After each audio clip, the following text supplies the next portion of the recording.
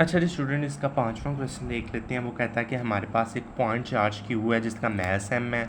वो हमारे पास non uniform electric field lines pointing की तरफ जा रहा है, सेम डायरेक्शन में जा रहा है। Will it make a rectangle line motion. ठीक है जी। वो कहता है कि हमारे पास एक चार्ज है जिसका हमारे पास क्यू चार्ज है, उसका मैस m है। वो हमारे पास non uniform electric field line with field line pointing in the same direction. वो non uniform electric field line की तरफ जा रहा है। बताएं वो हमारे पास उसकी जो मोशन होगी वो रिक्टलनेवर मोशन होगी। यानी इसका मतलब ये है कि ये मोशन, क्योंकि रिक्टलनेवर मोशन आप देख लें कि इसकी जो सेम डायरेक्शन, ये सीधी मोशन, स्ट्रेट मोशन, क्या वो उसकी स्ट्रेट मोशन होगी? तो वो कहता है कि yes it will make a rectilinear motion. Rectilinear motion वो हमारे पास यानी स्ट्रेट मोशन होगी। देखें अब इसकी एग्जांपल आपको एग्जांपल से समझाता हूँ। देखें जी, ये हमारे पास एक इलेक्ट्रिक फील्ड है। ठीक है जी, नॉन यूनिफॉर्म इलेक्ट्रिक फील्ड है। अगर हमारे पास इधर कोई बंदा है ना, तो वो हमारे पास इधर देख लें, ये बंदा जा रहा है ना इस लाइन पर, तो इस लाइन पर सीधा ये स्ट्रेट इसकी मोशन होगी, ये स्ट्रेट चलता जाएगा। ठीक है, उसके अपने रीजन पर देखें कि ये हमारे पास स्ट्रेट चलता जा रहा है। अब इधर खड़ा होगा ना तो वो अपने हिसाब से देखेगा कि वो हमें स्ट्रेट ही चलता जा रहा हो। तो यही वो कह रहा है कि हमारे पास इसकी जो मोशन होगी वो स्ट्रेट लाइन मोशन होगी। वो कहता है कि if a point is a placed on uniform non uniform electric field is moved along the field line, वो फील्ड लाइन की डायरेक्शन में जा रहा है।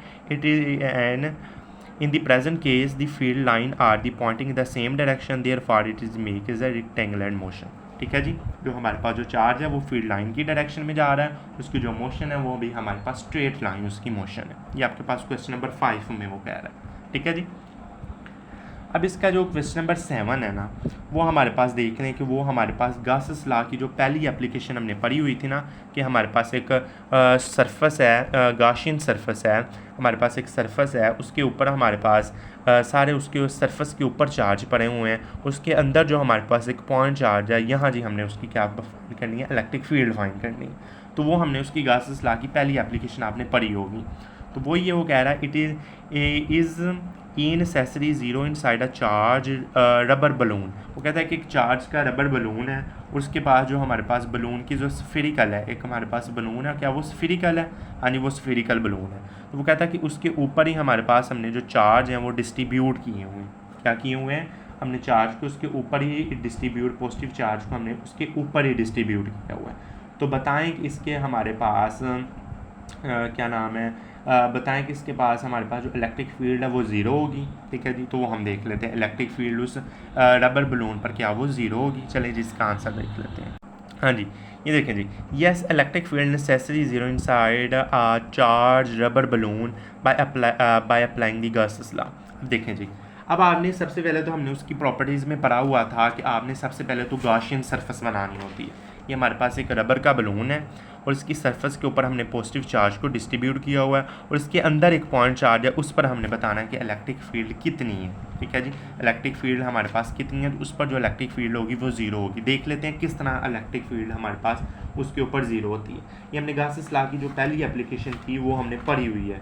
इसके मुताबिक हमने पढ़ा हुआ है कि सबसे पहले तो हमने क्या बनाना होता है, गाशियन सरफेस बनानी होती है। ठीक है जी, इसकी पहली एप्लीकेशन है ना, हाँ जी जी, ये सबसे पहले तो हमने बनानी होती है गाशियन सरफेस बनानी होती है। ठीक है जी, फिर हमने क्या करना होता है, इसके अंदर जो हमारे पास चार्ज है वो मालूम करना होता है। तो इसके अंदर का जो हमारे पास चार्ज है वो क्यू चार्ज है, ज़ीरो है, क्योंकि उसके हमारे पास इसकी सरफेस के ऊपर चार्ज पड़ा हुआ है। इसके अंदर, इस पॉइंट चार्ज के अंदर कोई चार्ज नहीं है, तो इसका हमारे पास क्या चार्ज है, क्यू इसका चार्ज है। और तीसरा हमने फाइंड करना होता है इसका फ्लक्स फाइंड करना होता है, इलेक्ट्रिक फ्लक्स फाइंड करना होता है। तो इलेक्ट्रिक फ्लक्स हमारे पास क्या है, ई है हमारे पास इलेक्ट्रिक फील्ड और ये हमारे पास इसका वेक्टर एरिया। ये आपने उसमें पढ़ा हुआ है कि वेक्टर एरिया हमारे पास क्या होता है, ये हमारे पास उसका क्या एरिया है। और तीसरा हमने काम करना होता है कैलकुलेट दी इलेक्ट्रिक इंटेंसिटी। फिर हमने इलेक्ट्रिक इंटेंसिटी को हमने क्या करना होता है, फाइंड करना होता है अप्लाइंग दी गासेस लॉ अप्लाई करके।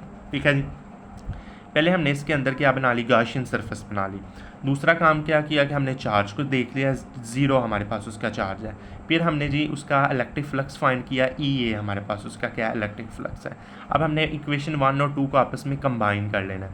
इक्वेशन और 1 और 2 को कंबाइन किया तो ई ए इज़ इक्वल आपके पास ज़ीरो आ गया, यानी इलेक्ट्रिक फ्लक्स भी आपके पास क्या आ जाता है, ज़ीरो आ जाता है। अब इलेक्ट्रिक फ्लक्स हमारे पास क्या होता है, इलेक्ट्रिक फ्लक्स हम उसे कहते हैं कि जो हमारे पास नंबर ऑफ, हमारे पास जो लाइंस की तादाद है ना, number of field line passing through a certain area element is called electric flux. जो हमारे पास लाइंस की तादाद है उसे हम इलेक्ट्रिक फ्लक्स कहते हैं। अब इसके ऊपर चार्ज तो कोई नहीं है, तो यहाँ हमारे पास इलेक्ट्रिक फ्लक्स भी बाहर कोई नहीं आएगा, क्योंकि हमारे पास कोई इलेक्ट्रिक फील्ड लाइंस भी नहीं बाहर आएंगी। तो इस वजह से हमने जो हमारे पास इलेक्ट्रिक फ्लक्स है वो भी हमारे पास इसका क्या हो जाएगा, ज़ीरो हो जाएगा। ठीक है जी। अब देखें, अब हमारे पास ये आपने इक्वेशंस पढ़ी होंगी कि जब हमारे पास इक्वल के दूसरी साइड ज़ीरो आ जाए और दो चीज़ें आपस में मल्टीप्लाई हो रही हों, तो हमें पता होना चाहिए कि इनमें से एक चीज़ हमारे पास ज़ीरो होती है। या तो वो ई ज़ीरो है या तो वो ए ज़ीरो है। ए हमारे पास उसका जो सरफेस एरिया वो हमारे पास तो ज़ीरो नहीं होगा, क्योंकि वो हमारे पास उसका सरफेस एरिया है। अब हमारे पास ज़ीरो क्या होगी, इसकी इलेक्ट्रिक फील्ड लाइंस जो हमारे पास इलेक्ट्रिक फील्ड स्ट्रेंथ होगी वो हमारे पास क्या होगी, इसकी ज़ीरो होगी। तो यही हमने बताना था कि इसके अंदर जो हमारे पास इलेक्ट्रिक फील्ड लाइंस हैं, इलेक्ट्रिक फील्ड इंटेंसिटी है वो हमारे पास इसकी ज़ीरो है। तो 10 electric field industrial rubber balloon is zero, ये हमारे पास क्या है, ज़ीरो। अब जो क्वेश्चन नंबर 8 इसका देख लेते हैं। क्वेश्चन नंबर 8 में हमारे पास वो क्या कहता है, वो कहता है कि is it true that Gauss's last state the total number of lines of a force crossing by enclose surface in the outward direction is proportional to a net positive charge enclosed with surface. अब वो कह रहा है कि हमारे पास बताएं ये true है कि गासेस लॉ की स्टेट के मुताबिक जो हमारे पास टोटल लाइंस हैं वो हमारे पास एक क्लोज सरफेस में हमारे पास क्रॉस कर रही हैं, और एक जो हमारे पास दूसरी हैं वो हमारे पास पॉजिटिव चार्ज वो इन क्लोज सरफेस में है। क्या ये बताएं कि ये ट्रू है? तो यस हमारे पास ये ट्रू है। It is the according to the Gauss's law, Gauss's law के मुताबिक ही हमारे पास क्या है, ट्रू है। The total electric flux on any close surface, हमारे पास आपने पढ़ा हुआ है ना, क्लोज सरफेस में हमारे पास जो टोटल फ्लक्स होता है वो 1/ε0 होता है, ये आपने पढ़ा हुआ है। Time the total charge in close in it, यानी हमारे पास गासेस लॉ की यही स्टेट है कि जो हमारे पास इलेक्ट्रिक फ्लक्स होता है क्लोज सरफेस में वो 1/ε0 टाइम इक्वल होता है इन क्लोज सरफेस में हमारे पास चार्ज के। ठीक है जी। तो यही हमने लिख लिया, ये हमारे पास electric flux 1/ε0 multiply total charge in close by surface. तो टोटल चार्ज हमारे पास क्या है, क्यू है। तो हमारे पास जो इलेक्ट्रिक फ्लक्स है वो डायरेक्टली प्रोपोर्शनल है चार्ज के। जिस तरह हमारे पास चार्ज बढ़ता जाएगा इसी तरह हमारे पास उसकी जो इलेक्ट्रिक फ्लक्स की तादाद है वो भी हमारे पास क्या बढ़ती चली जाएगी। ये हमारे पास इसका क्या था, क्वेश्चन नंबर 8। ठीक है जी। अब इसका क्वेश्चन नंबर 9 है और आखिरी क्वेश्चन है। ठीक है जी। अब ये देख लें, अब इसका आखिरी क्वेश्चन है, वो कहता है कि do electron tend to go the origin of high potential और अ लो पोटेंशियल। अब वो कहता है कि जो हमारे पास एक इलेक्ट्रॉन है वो हमारे पास दो प्लेटों के दरमियान पड़ा हुआ है, हमारे पास दो पैरेलल प्लेट्स हैं कैपेसिटर की, उसके दरमियान हमारे पास एक चार्ज इलेक्ट्रॉन पड़ा हुआ है। बताएं कि हमारे पास उसका हाई पोटेंशियल की तरफ जाना रुझान करेगा या वो लो पोटेंशियल की तरफ जाना चाहेगा। अब देखें कि इलेक्ट्रॉन है, ठीक है जी, ये हमारे पास क्या होगा, ये हमारे पास हाई पोटेंशियल की तरफ तो चला जाएगा। ठीक है जी, ये हाई पोटेंशियल की तरफ जाएगा क्योंकि हमारे पास वो पॉजिटिव है ये नेगेटिव है, ये आपस में इंटरेक्शन करेंगे, नेगेटिव नेगेटिव को रिपेल करेगा। तो इसी तरह देखें कि I will know that electron are negative charge particle when they इधर is electric field they ground for a region of a low potential to the region of a high potential to the Coulomb force of interaction, यानी वो low potential से हमारे पास high potential की तरफ जाएगा क्योंकि हमारे पास लो उसे रिपेल करेगी, हाई उसे क्या करेगी, इंटरेक्ट करेगी। तो वो लो पोटेंशियल से हाई पोटेंशियल की तरफ चला जाएगा वो हमारे पास इलेक्ट्रॉन। ठीक है जी।